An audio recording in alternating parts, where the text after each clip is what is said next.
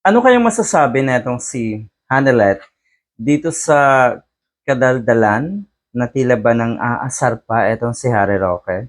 Kaya hindi talaga malayo, nakikita niyo na sa puntong ito, na nagkakanda letse-letse na etong mga DDS. Sila-sila nag-aaway, sila-sila nagbabatakan, at sila-sila ay nagsisiraan. Yan ang nangyayari ngayon. Tignan niyo naman kung gaano katalamak ang ganitong klaseng ugali ng mga DDS. Etong si Harry Roque ang lala 'no, matindi na ang kabaliwan netong isang ito. Ang term na ginagamit ko madalas dito sa isang ito ay sleazy, napakababang uri. Kung may pinakamababang uri na nilalang sa ating bansa, sa ating mundo, yun po ay ang mga katulad na ni Harry Roque.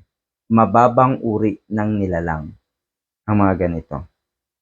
Ang kanya ngayon na ibinibida ay kuno ay ang pagiging sweet, ang kuno ay pagiging close na naman ng dating asawa ni Digong, yung original na asawa, at si Digong nga.